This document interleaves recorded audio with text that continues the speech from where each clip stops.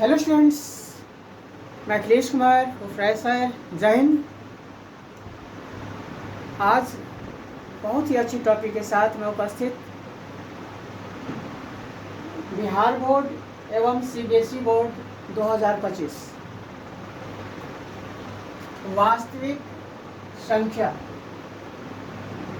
That means real number. जी हाँ, आप सही समझ रहे होंगे, रियल नंबर। मैंने कुछ एग्जाम्पल लिया है। -7 से पहले भी आप पीछे हट सकते हैं, -8 आ सकता है, -9 आ सकता है, पीछे जितना उतना हट सकते हैं और जितना आगे बढ़ना है बढ़ सकते हैं। -7, -6, -5, -4 कॉमा लगा, ये जो देख रहे हैं ना कॉमा, जो दूरी बनाता है एक दूसरे से अलग करता है। जी हाँ, -4, -3, -2, -1। इसके बाद देखते हैं शून्य आ गया है, 0 आ गया है, फिर 1 है, 2 है, 3 है, 4 है, आगे जहाँ तक आपको जाना है। ये एग्जाम्पल है आपका। इसमें हम देख रहे हैं जो कुछ भाग मेरा माइनस में है यहाँ तक, इसके बाद ये कंडीशन आपका 0 आ गया है, शून्य आ गया है, और शून्य के दाहिने तरफ देख रहे हैं प्लस आ रहा है। प्लस का 1 है, प्लस का 2 है, प्लस का 3 है, प्लस का 4, यानी जोड़ का है, इधर घटाव का चिन्ह लगा है। इसका मतलब क्या हुआ? जब ऋणात्मक पूर्णांक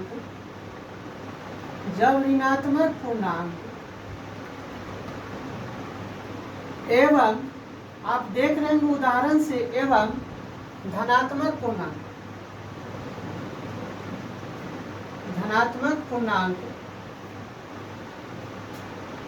का जो सम्मिलित रूप होगा, जब ऋणात्मक पूर्णांक यानी negative integers and positive integers का जो सम्मिलित रूप होगा, कंबाइंड पर्पस जो होगा, वह आपका क्या होगा? वास्तविक होगा, वास्तविक संख्या हो जाएगा, रियल नंबर में आ जाएगा। कंप्लीट। तो ऋणात्मक पूर्णांक और धनात्मक पूर्णांक का कंबाइंड रूप क्या होगा? वास्तविक संख्या होगा, रियल नंबर होगा। अब रियल नंबर का there are different types of parts. इसमें आता है भाज्य संख्या, अभाज्य संख्या, परिमेय संख्या, अपरिमेय संख्या, भिन्न संख्या, शांत, अशांत, है ना। इसी में आता है आपका एल्गोरिदम सहायता प्रमेय, A = BQ + R आता है, जिसको भाग लेमा विधि भी कहते हैं। तो ये सारी बातें इसी के अंतर्गत आती हैं, जिससे आपको, चाहे आप बिहार बोर्ड में हैं या सीबीएसई बोर्ड में है, सिर्फ लैंग्वेज का अंतर होता है, सिर्फ भाषा का अंतर होता है। बिहार बोर्ड वाले हिंदी मीडियम में एग्जाम देते हैं, सीबीएसई बोर्ड वाले इंग्लिश मीडियम। सिर्फ मीडियम चेंज होता है, न कि आपका फंडा चेंज होता है। अगर एल्गोरिदम सहायता अगर थ्योरम है A = BQ + R, वेयर जहाँ वेयर B is not 0, तो यह फंडा जो है, यह एल्गोरिदम सहायता का जो फंडा है, यह सीबीएसई बोर्ड वाले के लिए भी उतना ही महत्वपूर्ण है जितना कि बिहार बोर्ड वाले के लिए महत्वपूर्ण है। अर्थात दोनों ही, जैसे ऋणात्मक और धनात्मक पूर्णांक आप सभी के लिए उपयोगी है, इसीलिए यह वीडियो जो है आप सभी बिगिनर्स के लिए, सभी विद्यार्थी भाई के लिए उपयोगी है। इसलिए देखना नहीं भूलेंगे और शुरू से अंत तक बने रहेंगे। चलिए आगे चलते हैं। ऋणात्मक पूर्णांक और धनात्मक, ये तो हम समझ गए। इसको कहेगा नंबर लाइन पे फिट कीजिए। आपने पढ़ा होगा संख्या रेखा पर दर्शाइए, यही चीज दर्शाना होता है संख्या रेखा पर। इससे आगे बढ़ते हैं। यहाँ आपको मैंने दिया है एक फंडा दिया है, एक थर्मामीटर है, A = BQ + R। A मेरा क्या है, B क्या है, Q क्या है, R क्या है, इसके बारे में समझ लीजिए। A का मतलब होता है क्या? भाज्य। और B का मतलब होता है आपका भाजक, Q का मतलब होता है भागफल, और R का मतलब होता है शेषफल। यानी भाज्य बराबर हो गया भाजक गुना भागफल जोड़ शेषफल। इससे बहुत सारे प्रश्न आएंगे।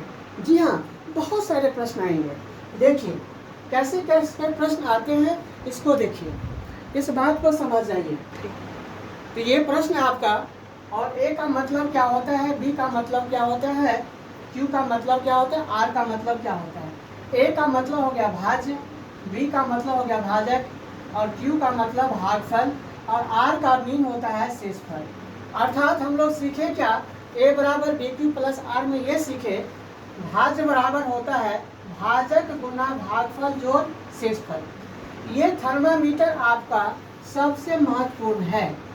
जी हाँ, जहाँ भाजक का मान 0 नहीं होना चाहिए, जहाँ भाजक इजंट 0 यानी भाजक मतलब जो भाग्य में देने वाली जो संख्या है वह 0 नहीं होना चाहिए। इसका मीन अगर यह 0 हो जाएगा तो सारा सिस्टम फेल हो जाएगा, पूरा सिस्टम ही फेल हो जाएगा। आपने ट्रिपल एस के बारे में समझा होगा, सक्सेस सपोर्ट सिस्टम, जो मेरा चैनल का एनालिसिस है यहाँ पर, आप ट्रिपल एस पर भी जा कर के सारे वीडियोस को आप एनालिसिस कर सकते हैं, देख सकते हैं। ठीक है, triple S success support system, system आपको सपोर्ट करेगा सक्सेस होने में अगर आप हमारे चैनल से जुड़े रहते हैं तो। क्लियर, चलते आगे। अब यह प्रश्न आपको यहाँ पर आएगा, इस बात को अगर आप भली बातें समझ गए होंगे तो जरूर एक लाइक तो जरूर बनता है।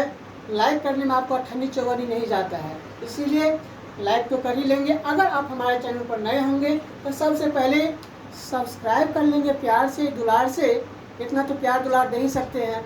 और इसके बाद बेल आइकन को भी जरूर अंगूठा सटा देना है। इसके बाद जो क्रिया होगा आपका नोटिफिकेशन और मेरा नोटिफिकेशन एकदम अटैच हो जाएगा। चलिए प्रश्न करवाते हैं। क्वेश्चन नंबर 1 है यहाँ पर, अगर आपका ए का मान दिया है 15, ठीक है, और बी का मान दिया है 7, तो आपसे पूछ लेगा क्यू बराबर कितना होगा और आर बराबर कितना होगा। बी ए का मान 15 है यानी भाज आपका 15 है और बी यानी भाजक आपका 7 है, तो आपसे पूछेगा भागफल और शेषफल क्या होगा निम्न में से। क्या करेंगे, 15 में आप जो भाज्य है आपका उसमें 7 से भाग लगा दीजिए, थोड़ा बच्चा वाला खेल कर लीजिए, भाग तो आता ही होगा। तो 15 में अगर 7 से भाग लगाते हैं, देखिए यहाँ 7 है और यहाँ 1 है, भाग नहीं लगेगा, तो पहले क्या करेंगे यहाँ 0 लगा देंगे, फिर दूसरा अंक लेंगे तो 15 हो जाएगा। तो 7 गुना 14, ठीक है, कितना आ गया 14। तो 5 में से 4 गया तो 1 बच गया आपका। तो क्या देखें, भागफल का जो मान कितना आया 0,2 यानी 2 आ गया। क्या आ गया, यहाँ पर आप 2 रख देंगे। शेष कुछ बच गया है तो शेष आपका क्या हो गया 1 हो गया। क्लियर, सीख गए होंगे। चलिए दूसरा प्रश्न करवाते हैं। दूसरा प्रश्न के लिए तैयार हो जाइए। यदि हम ए का मान क्वेश्चन नंबर 2 है, कमेंट बॉक्स में कमेंट करिएगा। क्वेश्चन नंबर 2 है, ए का मान यानी भाज है आपका 37 है भाज, और भाजक है आपका बी का मान अगर हम 8 दे देते हैं, ठीक है, तो आपका क्यू कितना होगा और आर कितना होगा, कमेंट बॉक्स में हम कमेंट के लिए छोड़ देते हैं। कमेंट बॉक्स में जरूर कमेंट करेंगे, ठीक है। ए का मान 37 है, बी का मान 8 है, क्यू का मान कितना होगा कमेंट बॉक्स में आप कमेंट करेंगे, और आर बराबर भी कितना होगा कमेंट बॉक्स में कमेंट करेंगे। अगला प्रश्न है आपके साथ करवा रहे हैं, क्वेश्चन नंबर 3 है, फिर हम आगे करवाएंगे, इसका महत्व क्या होता है इसके बारे में बताएंगे। क्वेश्चन नंबर 3 है आपके साथ, अगर ए का मान 9 है और बी का मान 17 है, ठीक है, तो आपसे पूछ लेगा क्यू का मान क्या होगा और आर का मान क्या होगा। अच्छे का जवाब यहाँ पर डिसमिस हो जाता है। इस प्रश्न का जवाब आप दीजिएगा। ए का मान अगर 9 है, बी अगर 17 यानी भाज्य कम है भाजक से, भाज्य कम है भाजक से, तो क्यू कितना होगा आर कितना होगा, इसका कमेंट भी हम जानना चाहते हैं। बहरहाल हम इसको हम कर भी देते हैं, अगर कमेंट में करेंगे तो आप कमेंट कर लीजिए। इस क्वेश्चन को कमेंट के लिए हम छोड़ रहे हैं। इसी टाइप का अगला क्वेश्चन हम बता रहे हैं क्वेश्चन नंबर 4 के रूप में। क्वेश्चन नंबर 4 के रूप में है, अगर ए का मान 17 है और बी का मान अगर 19 है, तो यहाँ क्यू कितना होगा और आर का मान कितना होगा। तो हम बता देते हैं, जब भाजक बड़ा हो भाज से, जब भाजक बड़ा हो भाज से, इसका मतलब क्या हो गया, भागफल क्या हो जाएगा, शून्य हो जाएगा। भागफल क्या हो जाएगा, शून्य हो जाएगा। और कहिएगा सर शेष क्या होगा, तो शेष भी आपका हो जाएगा, शेष क्या होगा बताइए, शेष आपका हो जाएगा 17, शेष आपका 17 हो जाएगा। यानी r का मान हो जाएगा 17। और यहाँ देख लीजिए, थोड़ा सा इसको हम हटा देते हैं, इस क्वेश्चन को यहाँ पर उठा कर ले आते हैं, बने रहेंगे शुरू से अंत तक। a का मान आपका 17 और b का मान 19 है ना। यानी 17 में आपको 19 से भाग लगाना है, तो भाग लगाना है तो दशमलव में नहीं जाना है, पूर्ण अंक में आना है। तो पहले क्या होगा, शून्य से जाएगा। कैसे जाएगा, शून्य से, क्योंकि 19 से काम 19 हो जाएगा, यहाँ 17 है, नहीं लगेगा। तो शून्य से लगाएंगे तो देखिए 0 और 19 को गुना करेंगे तो क्या हो जाएगा, 0 और 19 को गुना कर देंगे तो क्या होगा, 0 हो जाएगा, है ना। 19 17 में से 0 0 घटाएगा, कितना बचेगा, 17 ही बचेगा, घटाइएगा तो यही बचेगा। तो शेष आपका यही हुआ कि नहीं हुआ, शेष आपका 17 हो गया। यानी Q का मान आपका 17 हो गया कि नहीं। और R कितना हो गया, सॉरी R का मान 17 हो गया, शेषफल 17 है आपका। और Q का मान आपका क्या हो गया, भागफल के घर में कितना है, शून्य है, तो शून्य आ गया। कि ऐसे ही प्रश्न पूछे जाते हैं, आपको ये नहीं डायरेक्ट वाला पूछे, ऐसे ही घुमा के पूछा जाएगा। अगर कुछ अच्छा लगा हो तो जरूर शेयर कर देंगे, लाइक जरूर कर लेंगे। अगला प्रश्न देखिए, अगला प्रश्न बने रहेंगे शुरू से अंत तक। अगला प्रश्न जो आपके विषय वस्तु में है, अब देखिए बच्चे के दिमाग में चल रहा है, सर भाज दिया रहेगा, भाजक दिया रहेगा, शेषफल दिया रहेगा, तो हम भागफल कैसे निकालेंगे। भागफल कैसे निकले, तो भागफल का फंडा है, देख लीजिए। भागफल निकालने का फॉर्मूला है, समझ लीजिए यहाँ से, चाहे आप किसी भी मीडियम के छात्र हैं या छात्राएं हैं। भागफल निकालने का फंडा हो जाएगा भाज्य, भाज्य में से क्या करेंगे, शेषफल को घटा दीजिएगा, भाज्य में से शेषफल को घटा दीजिएगा और क्या करिएगा, बट्टा में भाजक लगा दीजिए, तो आपका क्या निकल जाएगा, भागफल निकल जाएगा। नोट कर लीजिएगा फंडा को। भागफल निकालने का सूत्र हो गया, अगर भाज्य शेषफल और भाजक दिया रहेगा तो भाज्य माइनस शेषफल, भाज्य में से शेषफल घटा देंगे और भाजक से भाग लगा देंगे, तो आप भागफल निकाल लेंगे। ऐसे ही पूछे जाएंगे, जी हाँ। इसके बाद अगर आपसे भागफल पूछ लेगा, भाज्य भाजक और शेषफल दिया रहेगा और भागफल पूछ लेगा तो इसका तो निकाल लिए। भाजक पूछ लेगा तो क्या करेंगे, इसके लिए भी देखिए, भाजक बराबर हो जाएगा, भाजक बराबर हो जाएगा आपका भाज्य, भाज्य माइनस शेषफल हो जाएगा, भाज्य माइनस शेषफल, भाज्य माइनस शेषफल, और बटा में आपका हो जाएगा भागफल। जी हाँ। अब इस थर्मामीटर से किसी भी प्रकार का वास्तविक संख्या का एल्गोरिदम साहब का जब प्रमेय है, a बराबर BQ प्लस R, इस थर्मामीटर से आपने 3-4 थर्मामीटर बना लिए जो आपके हित में होगा, ठीक है। तो ये था आपका एल्गोरिदम साहब का प्रमेय था, जिसको भाग लेमा विधि भी हम कहते हैं। पूछता है 2 नंबर में, जी हाँ 2 नंबर में आना ही आना है। इसके बाद आपका आता है शांत और अशांत, इसको भी समझ लीजिए, लगे हाथ। वास्तविक संख्या में शांत और अशांत का भी प्रारूप आता है, समझ लीजिए। शांत और अशांत क्या होता है, ये सारी वास्तविक संख्या का ही है, शांत और अशांत, शांत या अशांत, इसको समझ लीजिए। शांत क्या होता है, अशांत क्या होता है। देखिए इसका थर्मामीटर है P बटा 2 की पावर m इंटू 5 की पावर n है, ये थर्मामीटर है। कहेगा सर 2 और 5 का क्या अर्थ होता है, इसका बहुत सारा अर्थ है, ध्यान देंगे। और पावर में m लगा हुआ है और पावर में n लगा हुआ है, ठीक है। तो m का वैल्यू 0 से लेकर के पॉजिटिव, है ना, जितना मर्जी हुआ उतना प्रश्न में आ सकता है। m का वैल्यू 0 से लेकर के 1 2 3 4 अनंत तक जा सकता है, इसी प्रकार n का भी वैल्यू 0 से लेकर के अनंत तक जा सकता है। क्लियर? इस बात को आप समझे भी होंगे या पढ़े भी होंगे। यहाँ आपका रिवीजन हो रहा है, ठीक है, वन शॉट है आपका रिवीजन वास्तविक संख्या का। तो हम चाहेंगे सारे टॉपिक्स को वास्तविक संख्या से रिलेटेड जितने भी टॉपिक है उसको आप कर लीजिए, समझ लीजिए। या भाज्य संख्या, अभाज्य संख्या, परिमेय संख्या, अपरिमेय संख्या, ये सारी बात आप जानते होंगे, समझते होंगे। और नहीं जानते हैं तो कमेंट बॉक्स खाली रहता है, कमेंट बॉक्स में आप भली भांति कमेंट कर सकते हैं, नो डाउट इसके लिए। चलते हैं आगे के लिए। तो m का मान आप समझ गए, 0 से लेकर के आगे जितना हो सकता है n का ही मान जितना होगा। जैसे मान एक प्रश्न है 17/25, 17/25 एक क्वेश्चन आ रहा है, 17/25 ऑब्जेक्टिव में पूछ लेगा आपको शांत है या अशांत है। जी हाँ, शांत है या अशांत है पूछ लेगा ऑब्जेक्टिव में। तो देखिए यह तो आपका मेन थर्मामीटर है, यह आपका मेन थर्मामीटर है। इसी थर्मामीटर से इसके अलग अलग प्रारूप है।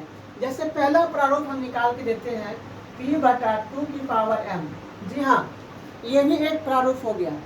इसका अगला प्रारूप हो जाएगा P में 5n।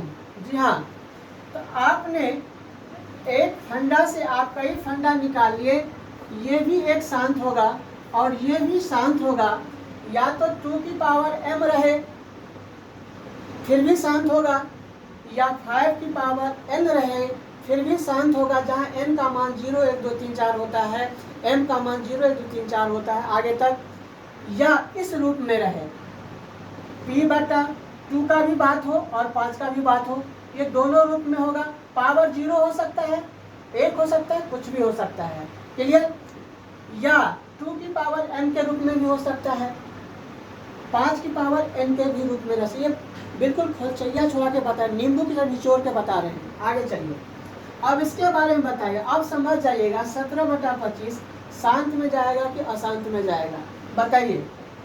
तो क्या करेंगे, अंश में जो है आपका ये जो भिन्न संख्या है, अंश बटा है 17/25 जो आपका भिन्न संख्या है, जिसको आगे जाकर परिमेय संख्या भी कहेंगे तो कोई गलत नहीं है। 17 है आपका, उसको कुछ नहीं करना है, बिल्कुल 17 को 17 में छोड़ देना है। और 25 को अगर हम टुकड़ा करते हैं, 25 का अगर टुकड़ा करते हैं तो 1 × 5 × 5 आता है। जी हाँ, यानी इसको हम लिख सकते हैं 1 × 5 का स्क्वायर लिख सकते हैं। तो देखिए 1 × 5 का स्क्वायर अर्थात 5 का स्क्वायर लिख सकते हैं। तो 5 की पावर कितना आ गया, देखिए 2 आ गया। 5 की पावर n का मान यहाँ देखिए 5 की पावर n है, यहाँ 5 की मान कितना आ गया, 2 आ गया। तो अब बताइए 5 की पावर 2 आ गया, तो ये शांत होगा कि नहीं होगा, ये बताइए आप। तो ये आपका जवाब होगा हाँ सर, ये शांत में चला जाएगा। अर्थात 17 में अगर 25 से भाग करेंगे तो पूरा पूरा कट जाएगा। जी हाँ, शेष बिल्कुल नहीं बचेगा, वह शांत हो जाएगा। जैसे 6 में अगर आप 2 से भाग करते हैं तो 2 3 6 हो जाता है, पूरा पूरा कट गया। तो जब पूरा पूरा भाग कट जाएगा तो शांत में चला जाएगा। दशमलव के 2 स्थान 3 स्थान 4 5 स्थान तक आप जा सकते हैं, 2 3 4 5 स्थान तक जा सकते हैं। और वहाँ तक जाने के बाद अगर दशमलव में जाने के बाद अगर शेष नहीं बचता है तो वह शांत में चला जाएगा। और जब शेष बच जाएगा तो ये हो जाएगा अशांत। जैसे एक बात और समझिए, लगे हाथ इसको भी समझ लीजिएगा। चलिए इसका अगला प्रश्न है आपके सामने में, क्वेश्चन नंबर पहला ये है 23/2 की पावर 3 गुना 5 की पावर 2 है। ये पॉइंट जो देख रहे हैं ना, इंटू इसको बोलते हैं, इंटू का मतलब होता है गुना। जी हाँ, गुण का चिन्ह हुआ। तो 23/2 की पावर 3 है और 5 की पावर 2 है का दशमलव प्रसार खाली स्थान होगा। इस खाली स्थान में आपको भरना, ये डब्बा जो है ना, खाली डब्बा में आपको कुछ सामान रखना है, दो, जिसमें वह सामान का नाम है शांत और अशांत। बताइए शांत या अशांत, इस डब्बा में आप क्या रखना चाहते हैं। खाली डब्बा में आपको कुछ भरना है जिसमें 2 ऑप्शन है, शांत या अशांत। तो बताइए, मैंने आपको बताया है P/2 की पावर m गुना 5 की पावर n, यानी 2 और 5 की चर्चा अगर है, पावर में 3 हो या 2 हो या 0 हो, इससे कोई ज़्यादा फर्क नहीं पड़ता है, ठीक है। तो जब 2 और 5 की चर्चा में हो तो यह दशमलव प्रसार आपका क्या हो जाएगा, इस डिब्बा में क्या भर देंगे आप, शांत भर देंगे, यानी ये पूरा पूरा कट जाएगा। जब इसका कैलकुलेशन करिएगा तो ये पूरा पूरा कट जाएगा, आपस में शेष बिल्कुल भी नहीं बचेगा। चलते हैं आगे के लिए।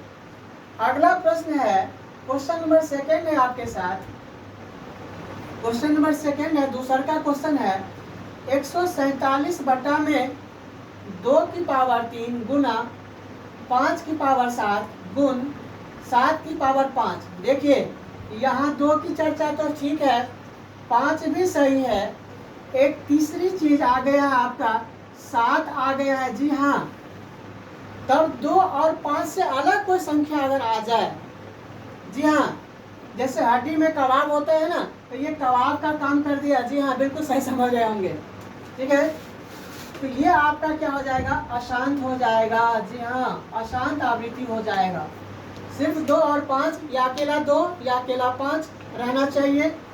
इसके बाद की जितनी भी संख्या आ जाएगा, 3 आ जाएगा, 7 आ जाएगा, 9 आ जाएगा, ये सब जो 11 आ जाएगा, 13 आ जाएगा, ये भी ऐसी अगर कोई संख्या आ जाती है तो आप अशांत में चले जाएंगे, ये अशांत हो जाएगा। क्लियर। अगला प्रश्न तीसरा है आपके स्थान पर। क्वेश्चन नंबर तीसरा है 0.375। 0.375 कोई विद्यार्थी ऐसे बोल रहे थे 0.375 बोल रहे थे। बताइए, बिल्कुल ही सही बोल रहे थे क्या? जी नहीं। दशमलव के बाद उस संख्या को गिन करके बोलते हैं, जैसे हम बोल रहे हैं 0.375, न कि 0.375। अगर 0.375 बोलते हैं तो ये आप थोड़ा सा आप रास्ते से भटक गए हुए हैं, अर्थात गलत बोल रहे हैं।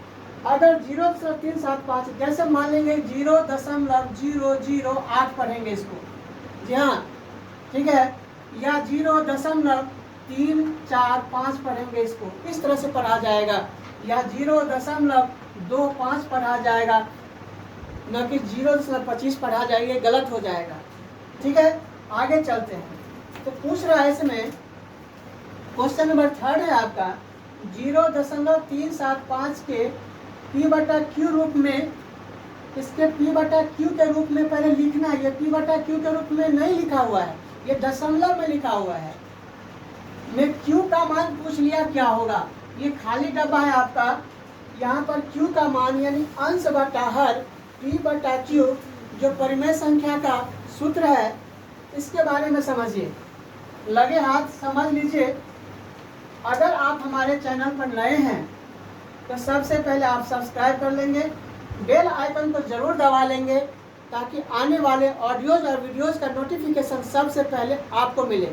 और ये 1 शॉट वीडियो है, अगर इस वीडियो में शुरू से अंत तक बने रहते हैं कोई भी विद्यार्थी भाई, तो वास्तविक संख्या रियल नंबर, इससे बाहर कोई प्रश्न आ ही नहीं सकता है। जी हाँ, इससे बाहर कोई प्रश्न नहीं आ सकता है, ये मेरा वादा है।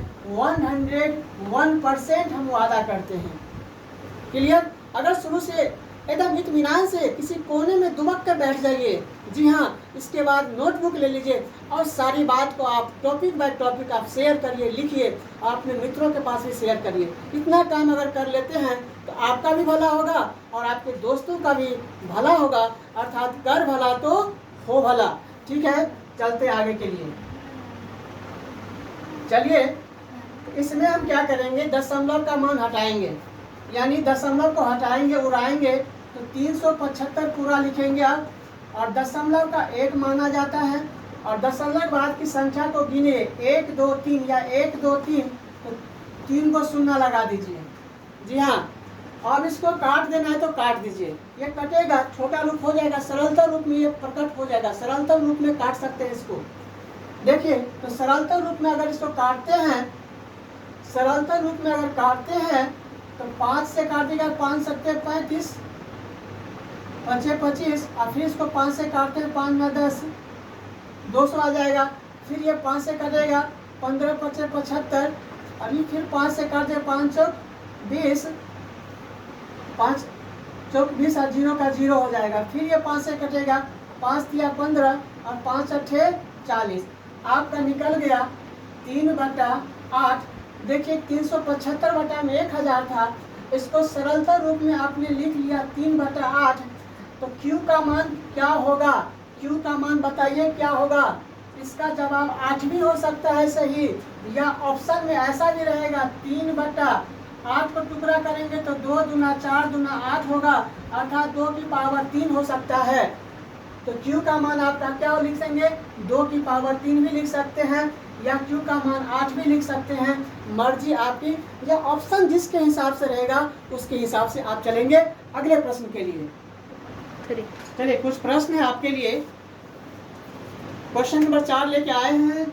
64/455 64/455 का दशमलव प्रसार क्या होगा?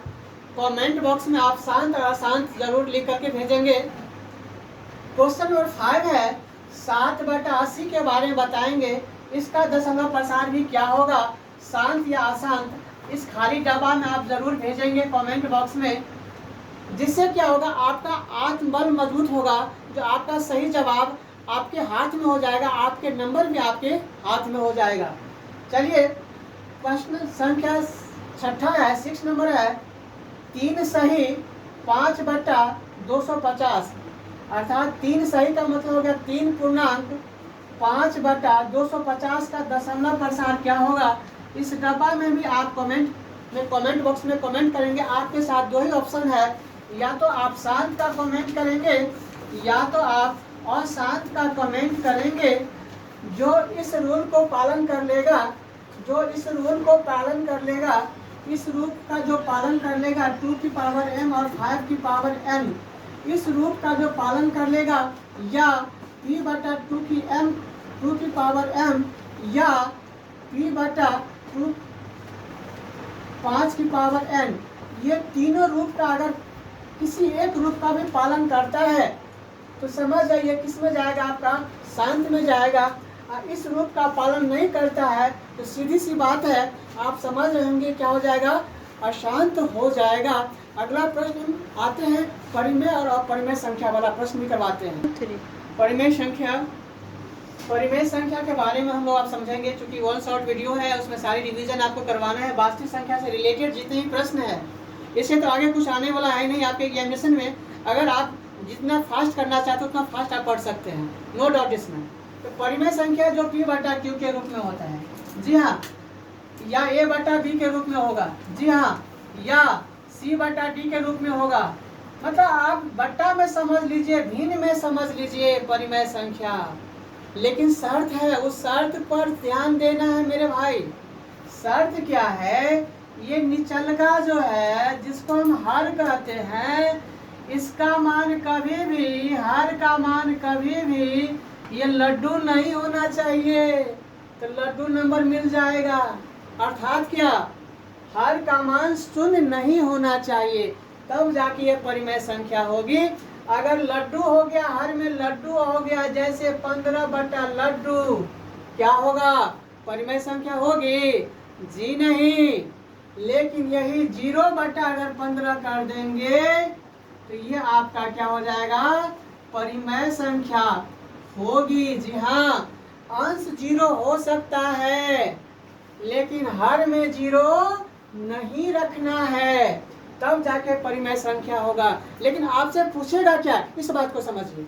चलिए, आपसे पूछेगा ये चीज समझिए, क्योंकि हम लोग तो 4/15 के बारे में बात कर ले, 6/9 के बारे में बात कर ले, माइनस का 3/8 के बारे में बात कर ले, ये सारे आपकी परिमेय संख्या है। जी हाँ, x/y के रूप में हम बात कर ले, ये भी आपका परिमेय संख्या है। राम/रहीम के बारे में बात कर ले तो ये भी आपका परिमेय संख्या है, नो डाउट।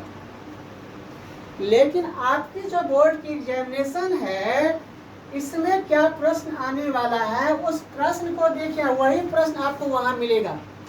पूछेगा आपसे √2 के बारे में बताइए, √2 क्या है, √3 क्या है, आपसे ये पूछेगा √5 क्या है, √4 क्या है, रूट में 6 क्या है, वर्गमूल के अंदर वाला पूछेगा। इसके बारे में आपको जानना अति आवश्यक है, इस बात को समझिए।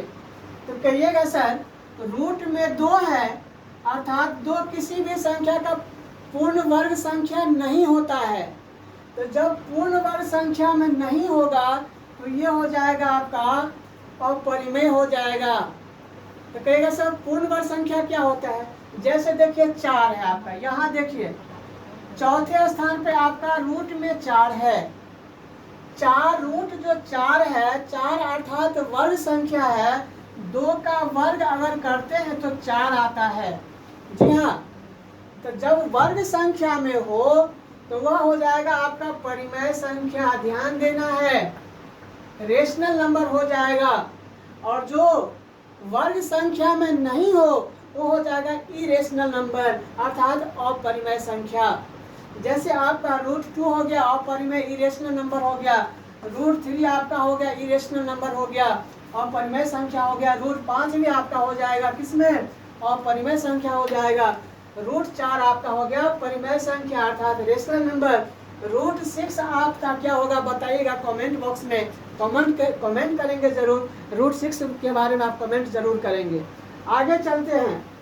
आगे कुछ तरह बहुत सारे प्रश्न दिमाग में है, लेकिन सारी बात को एक ही वीडियो में हम शेयर कर रहे हैं और इतना इफर्ट लगा रहे हैं आप सभी विद्यार्थी भाइयों के लिए, तो कम से कम एक लाइक और शेयर तो जरूर बनता है कि नहीं।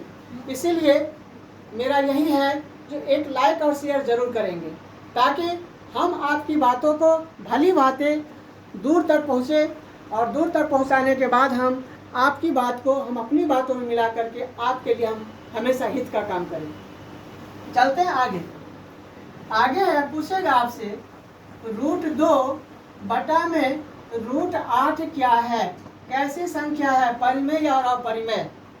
तो देखिए बहुत ही अच्छी प्रश्न है आपके साथ में आया हुआ। √2 बटा में √8 दोनों वर्गमूल के अंदर ही है, तो पूरा वर्गमूल ले लेंगे और 2/8 लिख देंगे। दोनों बात एक ही है। √2 बटा √8 अलग अलग लिखा हुआ था, इसको हम एक ही शॉर्ट में कर देंगे। पूरा के वर्गमूल के अंदर 2/8 लिख देंगे। दोनों का मान एक ही है, यहाँ काट सकते हैं। 2 × 2 2 चौका 8, यानी आपका निकल गया 1/4।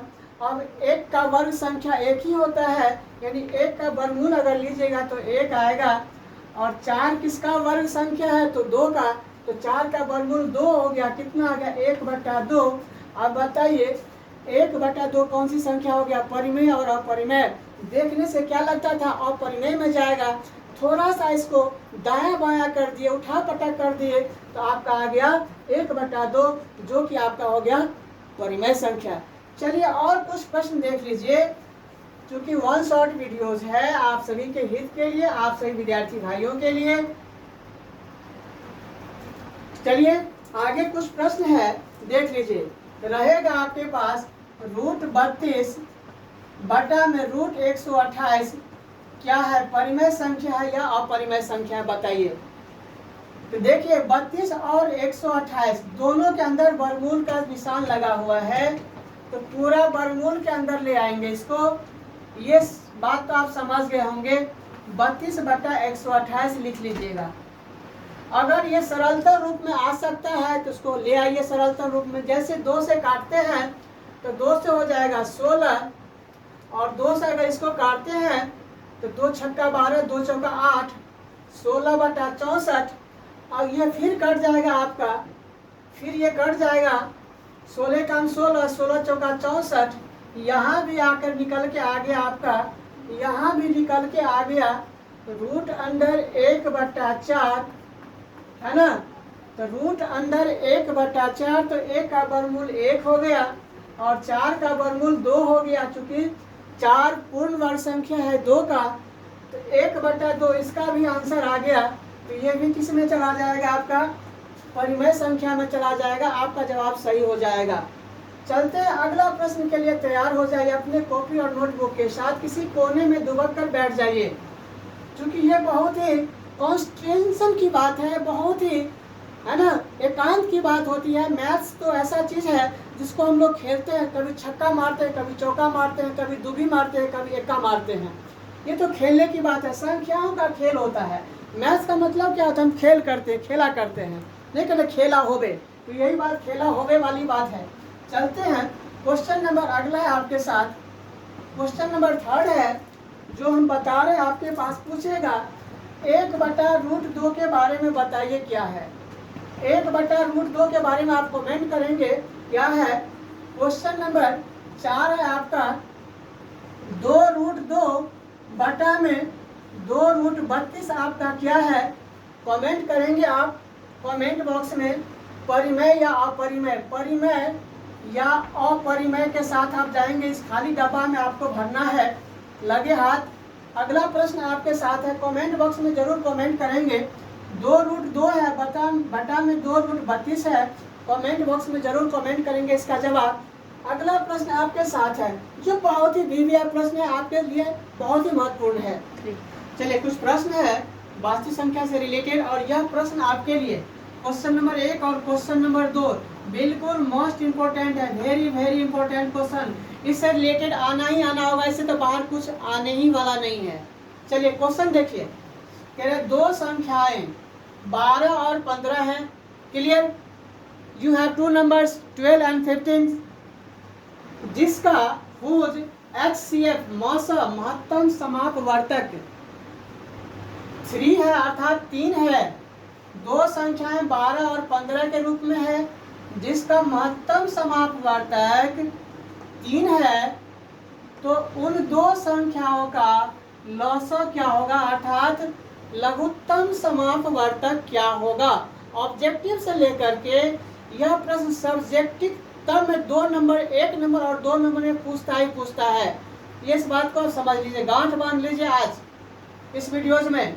इसका लोएस्ट कॉमन फैक्टर कितना होगा, तो देखिए आपका कंडीशन है, अगर पहली संख्या A है और दूसरी संख्या B है, तो पहली संख्या गुना दूसरी संख्या बराबर क्या होता है, पहली संख्या का मौसा, पहली संख्या और दूसरी संख्या का मौसा गुना पहली संख्या और दूसरी संख्या का लॉसव के बराबर होता है। जी हाँ, इस बात को आप समझिए, थर्मामीटर समझ लीजिए। संख्या अगर A और B के रूप में है, जैसे A का मान अगर 12 है और B का मान अगर 15 है ले लेते हैं, तो इसका थर्मामीटर निकलता है दो संख्याओं का गुणनफल, the product of two numbers equal to होगा the HCF of two numbers multiplied the LCM of two numbers. सिर्फ ये 2 नंबर पर ये थर्मामीटर काम करेगा, तीसरी नंबर पर ये काम कभी नहीं करेगा, इस बात को समझ लीजिए। यहाँ से आप इस प्रश्न को हल कर सकते हैं। दो संख्या आपको देल है जिसका मौसा आपको दिया हुआ है, ये दिया हुआ है, तो पूछ लिया है आपका लॉसव क्या होगा, तो लॉसव बराबर हो जाएगा LCM बराबर हो जाएगा। पहला प्रश्न में आपका लॉसव पूछ लिया है, लॉसव का हो जाएगा LCM बराबर, इसका थर्मामीटर निकल जाएगा। समझिए A गुना B यानी पहली संख्या गुना दूसरी संख्या, A गुना B यानी पहली संख्या गुना में दूसरी संख्या, और बटा में मौसा यानी HCF, मौसा का मतलब हो गया हाईएस्ट कॉमन फैक्टर मौसा। अब A गुना B, A का मान अगर 12 है और B का मान अगर 15 है, तो 12 गुना 15 लिखेंगे। अब बट्टा इसका मौसा कितना आया है, मौसा देल है इसका महत्तम समापवर्तक 3 देल है, तो बटा में 3 से भाग लगा दीजिएगा। जी हाँ, अब देखिए 3 से या तो 12 को काट डालिए या तो 3 से 15 को काट डालिए, किसी एक को काटिए। अगर 3 काम 3 और 3 पंचे 15 कर देते हैं, तो 3 जो है 15 को 5 बार में काट देगा, और 12 गुना 5, 12 गुना 5 तो 12 पंचे आपका आ गया 60, यानी आपका LCM कितना हो गया, 60 निकल गया LCM। जी हाँ, समझ गए होंगे, इसका LCM आपका आ गया 60। अगर ये थर्मामीटर आपको याद रहता है, समझ में आ रहा है, तो बिल्कुल शेयर करते रहेंगे। A गुना B बराबर मौसा गुना लॉसव, यानी उन दोनों संख्याओं का मौसा गुना उन दोनों संख्याओं का लॉसव बराबर A गुना B। अब देखिए इसको हम सिद्ध कर देते हैं, बता देते हैं क्या A गुना B बराबर मौसा गुना लॉसव के बराबर होता है या नहीं, इस बात को समझ जाइए। अब देखिए, तो देखिए उन दोनों संख्याओं का गुणनफल A गुना B, 12 गुना 15, ए का मान 12 था, बी का मान 15, तो 12 गुना 15 कर देंगे। बराबर में है मौसा गुना लसा, तो उन दोनों संख्याओं का मौसा कितना देल है, 3 देल है, बिल्कुल सही है। गुना हम लोगों ने लौसा कितना निकाल लिया है दोनों संख्याओं का, 12 और 15 का लौसा निकाल लिया, 60 आया है। जी हाँ, अब देखिए ये थर्मामीटर काम करता है, इन्हें पटरी काम करता है कि नहीं करता है। 12 को 15 से गुना कर दीजिए या 15 को 12 से गुना कर लीजिए, बात एक ही है। काम ऐसे पकड़िए या ऐसे पकड़िए, कहानी तो पकड़ना है। तो चलिए 12 को 15 से गुना कर 180 आ जाएगा, ठीक है। और 3 को 60 से गुना कर देंगे तो यहाँ भी 180 आ जाता है। देखिए ये बिल्कुल सही थर्मामीटर है। जी हाँ, इसी थर्मामीटर पर आप काम करेंगे, कभी भी आपको हानि नहीं पहुँचेगा। चलते हैं अगला प्रश्न के लिए। आपने सिद्ध कर लिया दो संख्याओं पर, सिर्फ ये दो संख्याओं पर सही बनेगा, तीसरी संख्या नहीं लेना है। जब ये दो संख्या पूछेगा तो आप चेक कर सकते हैं। क्वेश्चन नंबर आपका सेकेंड है, इसमें सेकेंड नंबर क्वेश्चन है, ध्यान देंगे। क्वेश्चन नंबर सेकेंड है, आपके लिए कमेंट बॉक्स में हम छोड़ेंगे, कमेंट के लिए इस प्रश्न का जवाब आप चाहिए और फिर आगे प्रश्न करवा रहे हैं। देखिए दो संख्याएं हैं 24 और 36, दो संख्या आपका दिया गया है 24 और 36, जिसका लौसा लघुत्तम समापवर्तक LCM लोएस्ट कॉमन फैक्टर 72 है, 72 देल है, 72 72। तो उसका मौसा पूछ लिया है, हाईएस्ट कॉमन फैक्टर महत्तम समावर्तक पूछ लिया है। कमेंट बॉक्स में आप कमेंट करेंगे जल्दी से। फिलहाल के लिए ए गुना बी बराबर कर लीजिएगा मौसा गुना लौसा, उन दोनों संख्याओं का मौसा गुना में उन दोनों संख्याओं का लौसा जितना आएगा या देल रहेगा, उससे आप इस थर्मामीटर पर ही सवाल को आप बना डालिएगा सेकेंडों में। ए गुना बी, ए का मान है आपका 24, बी का मान है 36, बटा में आपको देल क्या है, लौसा देल है, मौसा निकालना है। तो यहाँ लिख लेंगे मौसा बराबर महत्तम समापवर्तक बराबर दोनों संख्याओं का गुणनफल बटा में लौसा, बटा में आपका आ जाएगा लौसा। थोड़ा सा दिमाग को चलाइए और गणित पर 100% पकड़ बनाइए, सीमेंट और बालू वाला पकड़ बनाइए। चलते हैं 24 और 36 में। 24 गुना 36 आ जाएगा, बटा में आपका लौसा कितना है देल बता दीजिए, 72 देल है। लौसा कितना है आपका 72, ये काटेगा 24 और 72 या 36 और 72 आप काट सकते हैं, 2 से भी काटिएगा, 3 से भी काटिएगा या एक के बाद पढ़ लीजिएगा फिर भी कटेगा।